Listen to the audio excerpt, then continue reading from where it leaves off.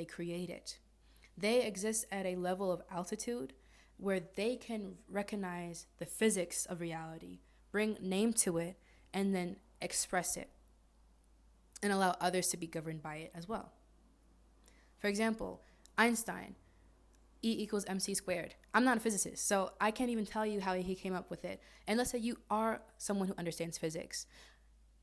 You would understand like how crazy it is for someone to define a principle or a formula equation that entire bodies of, I guess, sciences, I don't know, are governed by.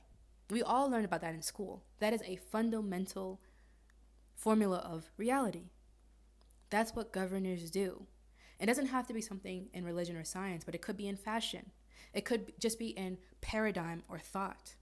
When you're a governor and you've been given a multi-venture vision, your vision is not just because you're supposed to execute an idea.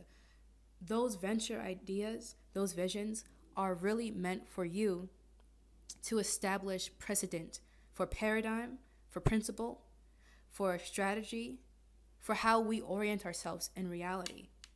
For example, the fashion industry. The fashion industry has its own principles, it has its own frameworks. They have their language, they have the leaders within it, they have their own cultures and everything. And one of the major things in the fashion industry right now is how much they kind of mistreat the workers within it, right? The reason why you have that vision is not just to reinforce the realm of the fashion industry, it is to reconstitute the realm of it so that others will begin to orient themselves around new paradigms, principles, and standards. You become that.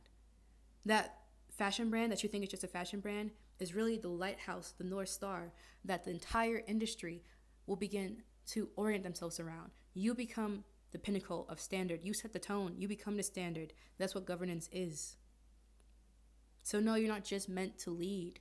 You're meant to define reality and let others orient and become governed by those principles that you define through your embodied leadership. And that's what it is to be a governor.